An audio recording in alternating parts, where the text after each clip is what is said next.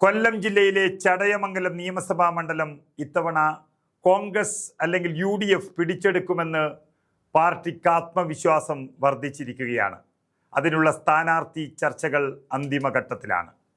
അതായത് നിയമസഭാ തെരഞ്ഞെടുപ്പ് അടുത്തെത്തി നിൽക്കുമ്പോൾ സെമി ഫൈനൽ എന്നുള്ള രീതിയിൽ നടന്ന തദ്ദേശ തെരഞ്ഞെടുപ്പിൽ വലിയ വിജയം നേടിയിരിക്കുന്ന UDFന് ഏറ്റവും നല്ല അവസരമാണ് മുന്നിൽ വന്നു നിൽക്കുന്നത്. തൽക്കാലത്തേക്കുള്ള തട്ടിക്കൂട്ടലും കെട്ടിയിറക്കലും ഇല്ലാതെ വളരെ ആലോചിച്ച് ഏറ്റവും അനുയോജ്യരായ സ്ഥാനാർത്ഥികളെ കണ്ടെത്തുകയാണെങ്കിൽ പല മണ്ഡലങ്ങളും ഇത്തവണ UDFന് അനായാസം പിടിച്ചെടുക്കാനാവും.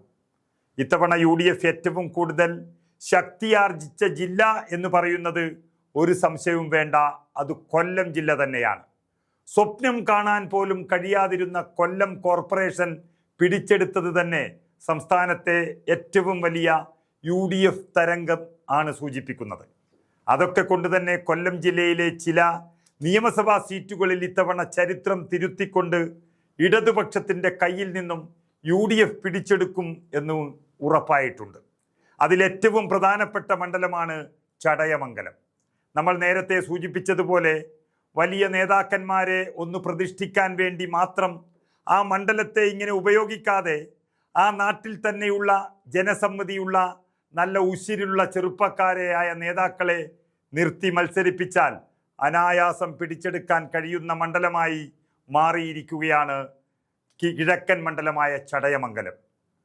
മണ്ഡലത്തെ മുഴുവൻ അടയാളപ്പെടുത്തുന്ന തരത്തിൽ ചിറകു വിരിച്ചു നിൽക്കുന്ന ജഡായുവിനെ പോലെ തന്നെ കുതിച്ചുയരാൻ കൊതിക്കുന്ന ചടയമംഗലത്തിന് അതിന് പറ്റിയ ഒരു MLA തന്നെ വേണം.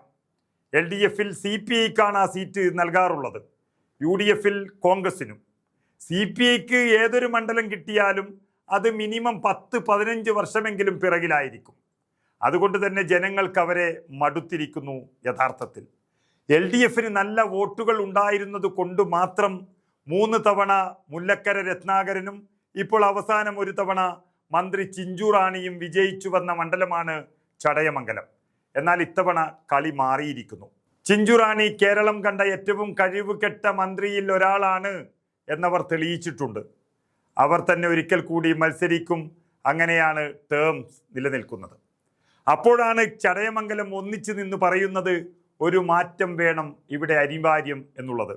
അതിലേക്കായി കോൺഗ്രസ് അവതരിപ്പിക്കാൻ ഏറ്റവും കൂടുതൽ സാധ്യതയുള്ള സ്ഥാനാർത്ഥിയാണ് അഡ്വക്കേറ്റ് PS പ്രദീപ്. ചടയമംഗലത്തിൻ്റെ ഓരോ സ്പന്ദനവും അറിയുന്ന നേതാവ്. KSU കാലഘട്ടം മുതൽ തന്നെ ഇടതുപക്ഷത്തിൻ്റെ ആക്രമണത്തിനിരയാകുമ്പോഴും ജനഹൃദയങ്ങളിൽ തന്നെ സ്ഥാനമുറപ്പിച്ച പ്രാദേശിക നേതാവാണ് PS പ്രദീപ്.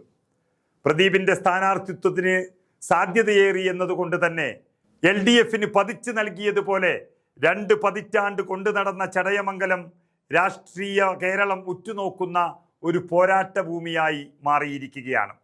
ഇടതുപക്ഷത്തിൻ്റെ ഉറച്ച കോട്ടയൊന്നുമല്ല ചടയമംഗലം. 2001 കോൺഗ്രസിൻ്റെ പ്രയാർ ഗോപാലകൃഷ്ണൻ ജയിച്ച മണ്ഡലമാണത്. അന്ന് ആര് ജയിച്ചാലും ആ സമയത്ത് 5000-ൽ താഴെ മാത്രമേ ഭൂരിപക്ഷം ഉണ്ടായിരുന്നുള്ളൂ. തുടർന്ന് വന്ന സ്ഥാനാർത്ഥികൾ പലരും മണ്ഡലവുമായി പരിചയമില്ലാത്തവരായതും CPI സ്ഥാനാർത്ഥികൾ മണ്ഡലവുമായി നല്ല ബന്ധമുള്ളവരായതും UDFനെ അവിടെ നിന്ന് അകറ്റി നിർത്തി. എന്നാൽ പ്രദീപ് വരുന്നതോടെ കളി മാറുമെന്നാണ് രാഷ്ട്രീയ നിരീക്ഷകർ തന്നെ പറയുന്നത്. കാരണം അഡ്വക്കേറ്റ് PS പ്രദീപ് ചടയമംഗലത്തിൻ്റെ മകനാണ്. മാത്രമല്ല ഇടതുമുന്നണിയുടെ ഭൂരിപക്ഷത്തിൽ കഴിഞ്ഞ തദ്ദേശ തെരഞ്ഞെടുപ്പിലുണ്ടായ ഗണ്യമായ കുറവ് അത് UDF ക്യാമ്പിന് വലിയ ആത്മവിശ്വാസമാണ് നൽകുന്നത്. ഈ രാഷ്ട്രീയ സാഹചര്യത്തിൽ മണ്ഡലത്തിലെ ജനകീയ മുഖവും കരുത്തനായ സംഘാടകനുമായ പ്രദീപിൻ്റെ പേര് സ്ഥാനാർത്ഥി പട്ടികയിൽ സജീവമായി ഉയർന്നു കേൾക്കുന്നത് തന്നെ രാഷ്ട്രീയ വൃത്തങ്ങളിൽ വലിയ ചർച്ചയായി കഴിഞ്ഞിട്ടുണ്ട്. മണ്ഡലത്തിലെ തന്നെ അമ്പലംകുന്ന് സ്വദേശിയായ പ്രദീപ് മണ്ഡലത്തിലെ ഓരോ മുക്കും മൂലയും പരിചിതമായ ഒരു നേതാവാണ്.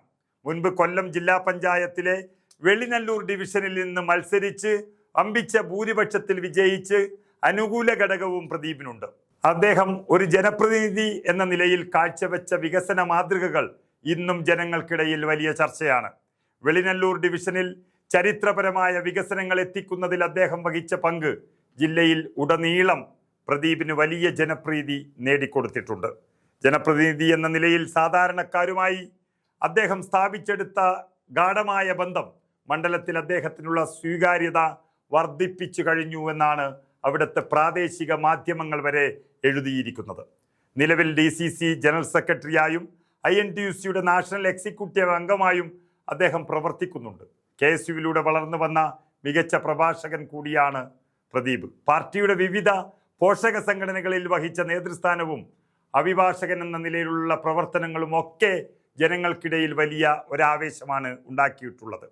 കഴിഞ്ഞ തദ്ദേശ സ്വയംഭരണ തെരഞ്ഞെടുപ്പിൽ ഇടതുപക്ഷവും വലതുപക്ഷവും തമ്മിലുള്ള വോട്ട് വ്യത്യാസം 2000-ൽ താഴെ മാത്രമായി ചുരുങ്ങിയത് ചടയമംഗലത്തിൻ്റെ ഒരു മാറ്റത്തിൻ്റെ കാറ്റ് വീശുന്നു എന്നതിൻ്റെ സൂചനയാണ് നൽകുന്നത്. ഏതായാലും പ്രയാർ ഗോപാലകൃഷ്ണൻ UDFനായി പിടിച്ചെടുത്ത ചരിത്രമുള്ള ഈ മണ്ഡലം ഇപ്പോൾ പ്രദീപിനെ പോലൊരു നാട്ടുകാരനായ നേതാവിലൂടെ തിരിച്ചു പിടിക്കാനാകുമെന്ന പ്രതീക്ഷയിലാണ് അവിടെ UDF നേതൃത്വം. സ്ഥാനാർത്ഥി പ്രഖ്യാപനം ഔദ്യോഗികമായി വന്നിട്ടില്ലെങ്കിലും പ്രദീപിൻ്റെ പേര് വലിയ ചർച്ചയായതിൻ്റെ ആവേശത്തിലാണ് മണ്ഡലത്തിലെ കോൺഗ്രസ് പ്രവർത്തകർ. അഡ്വക്കേറ്റ് PS പ്രദീപ് മത്സരിക്കുകയാണെങ്കിൽ ചടയമംഗലം ഇത്തവണ UDFനൊപ്പം നിൽക്കുമെന്ന് തന്നെയാണ് രാഷ്ട്രീയ നിരീക്ഷകരുടെയും വിലയിരുത്തൽ. ഏതായാലും വെളിനല്ലൂർ, നിലമേൽ, കടക്കൽ, ഇറ്റിവ, എളാമാട്, ചിതറ, ചടയമംഗലം, അലയമൺ എന്നീ പഞ്ചായത്തുകൾ ഉൾപ്പെടുന്ന ചടയമംഗലം മണ്ഡലം മറ്റേതൊരു കോൺഗ്രസ് UDF നേതാവിനേക്കാളും ഇന്ന് PS പ്രദീപിന് യോജിച്ചതും വിജയസാധ്യത ഉള്ളതുമാണ് എന്നതിൽ യാതൊരു തർക്കവുമില്ല.